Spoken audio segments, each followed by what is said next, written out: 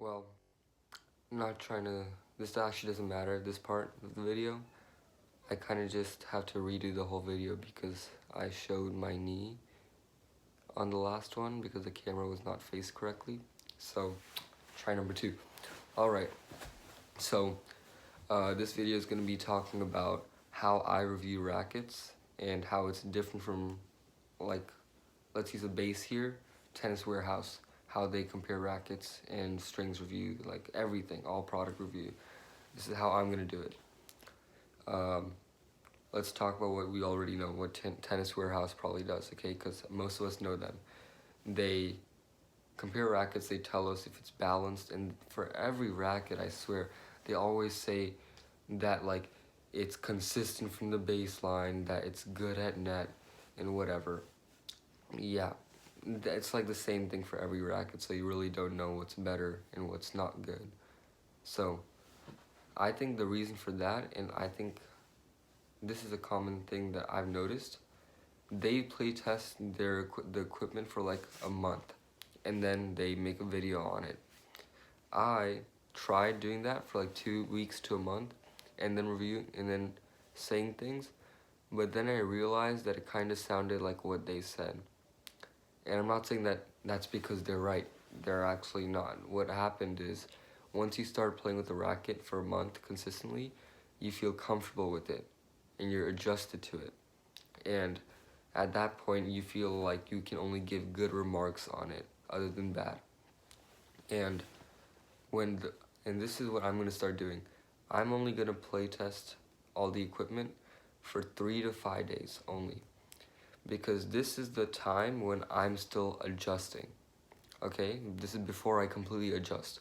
So this is where I can tell what it's good at and what it's bad at, because I'm gonna instantly feel that and know the answer to it, basically.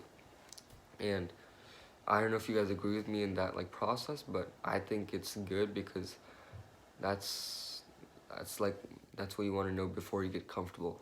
Like let's say you're already really bad at the net, okay?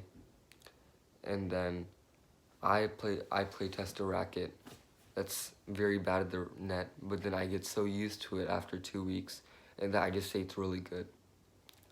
I mean, sure, you'll pick it up, you can try it around, you'll get adjusted, but I mean, that's not the best thing for you, probably. That's just not how it works.